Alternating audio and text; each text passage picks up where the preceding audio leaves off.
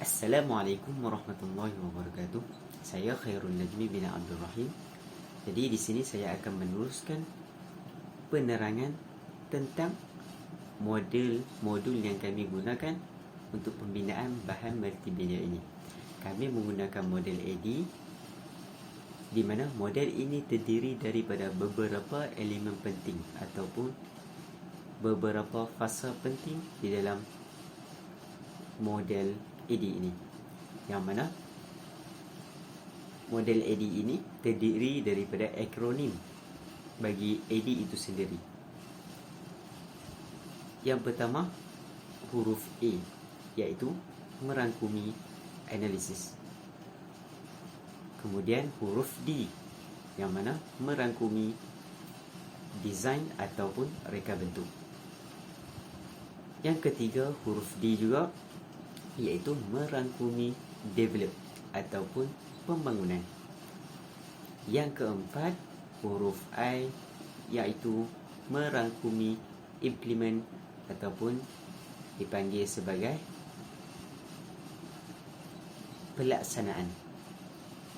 Dan yang terakhir, huruf E, yang mana merujuk kepada evaluate ataupun penilaian. Baik, bagi fasa yang pertama bagi model AD ini, kita menggunakan kaedah analisis, yang mana pada peringkat ini kami telah menemukan satu permasalahan, iaitu di mana murid tidak dapat memberi tumpuan yang sepatutnya dalam sesi pengajaran dan pembelajaran dalam subjek pendidikan Islam tingkatan 1. Jadi, kami cuba menggunakan kaedah pendekatan ini dengan memilih poster sebagai bahan pembelajaran.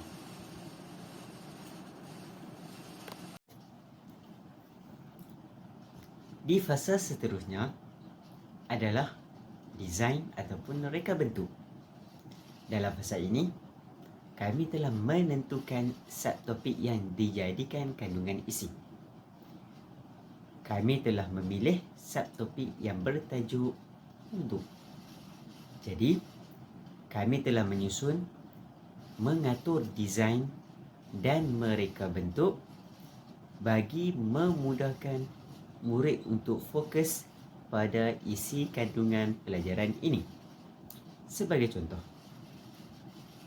berkaitan tajuk wudu, yang mana merangkumi maksud wudu. Yang kedua, berkaitan dengan hukum wudu. Yang ketiga, berkaitan dengan rukun wudu. Dan yang terakhir adalah berkaitan dengan niat wudu. Kami juga mewujudkan kaedah pembelajaran dua hala dengan memasukkan QR code sebagai aktiviti untuk pengukuhan dan video untuk pemahaman. Seterusnya, di fasa pembangunan pula, di sini kami menggunakan beberapa elemen font type yang berbeza antara poin-poin tertentu, saiz font dan warna yang sesuai, dan juga pemilihan warna background yang lembut, iaitu best. Hal ini untuk kita menjadikan poster tersebut sebagai user friendly. Selain itu, gaya pembelajaran yang cuba kami wujudkan ialah visual, iaitu infografik inovasi multimedia.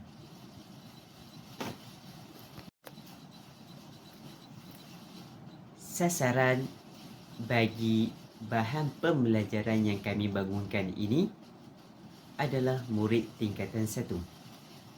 Justru kami berharap bahan ini dapat menjadi satu bahan pembelajaran yang berkesan kepada murid. Seterusnya, saya serahkan kepada saudara Faik untuk membentangkan poster infografik yang telah kami bangunkan. Dipersilakan saudara Faik.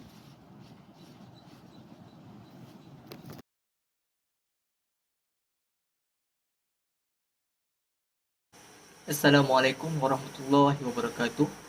Nama saya Muhammad Faiz Lutfi bin Ismail. Jadi saya akan meneruskan pembentangan poster bagi kumpulan kami. Okey, kita lihat pada poster ini dari segi pemilihan warna background.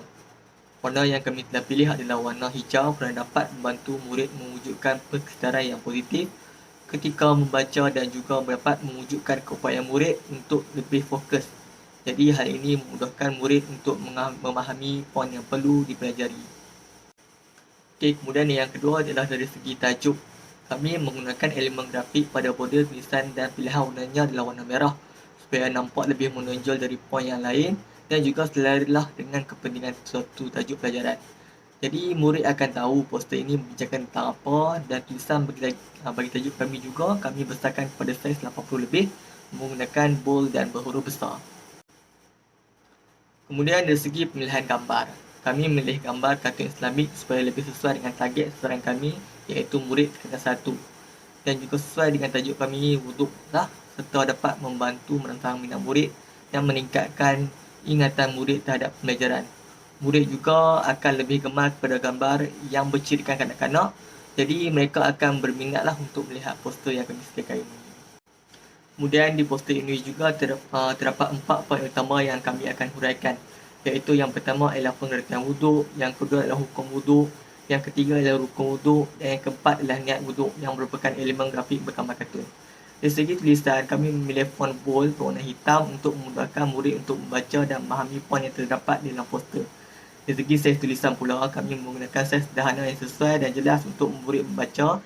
Kami juga menggunakan elemen grafik sebagai border supaya murid dapat membezakan antara tajuk dan isi pembelajaran. Manakala dalam pada poster rukun wuduk ini, kami meletakkan poin penting dan gambar animasi saja. Jadi murid dapat melihat dan mengenal pasti rukun-rukun wuduk yang terdapat dan mengikut langkah yang telah ditetapkan. Jadi selebihnya guru akan memberikan penerangan secara detail lah. Okey, di sini kami juga menggunakan gambar kartun berceritakan kanak-kanak yang untuk menarik minat supaya murid lebih fokus. Okey, kemudian akhir sekali kami menetapkan 2 QR di sebelah kanan poster. QR yang pertama ialah video pengajaran yang akan ditayangkan setelah selesai penerangan. Murid akan ditayangkan dengan video pengajaran supaya mereka akan lebih memahami apa yang telah mereka lihat dalam poster yang kami telah sediakan. Okey, untuk seterusnya QR yang kedua ialah aktiviti pengukuhan untuk murid. Poster ini juga turut mempunyai latihan soalan yang juga terletak di sebelah kanan poster. Latihan tersebut tujuan untuk menilai tahap pemahaman murid lah. Jadi murid perlu imbas kod tersebut dan jawab soalan yang telah diberikan. Seterusnya untuk harapan. Kami mengharapkan agar poster ini dapat diaplikasikan dengan baik dan objektif kami akan dicapai. Itu saja, sekian, terima kasih.